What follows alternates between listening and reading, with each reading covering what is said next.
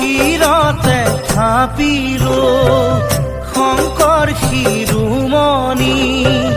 কণ্ঠতে থাপিলো নাম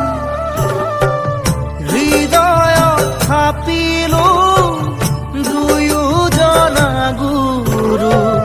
যেতিয়াই বিচাৰো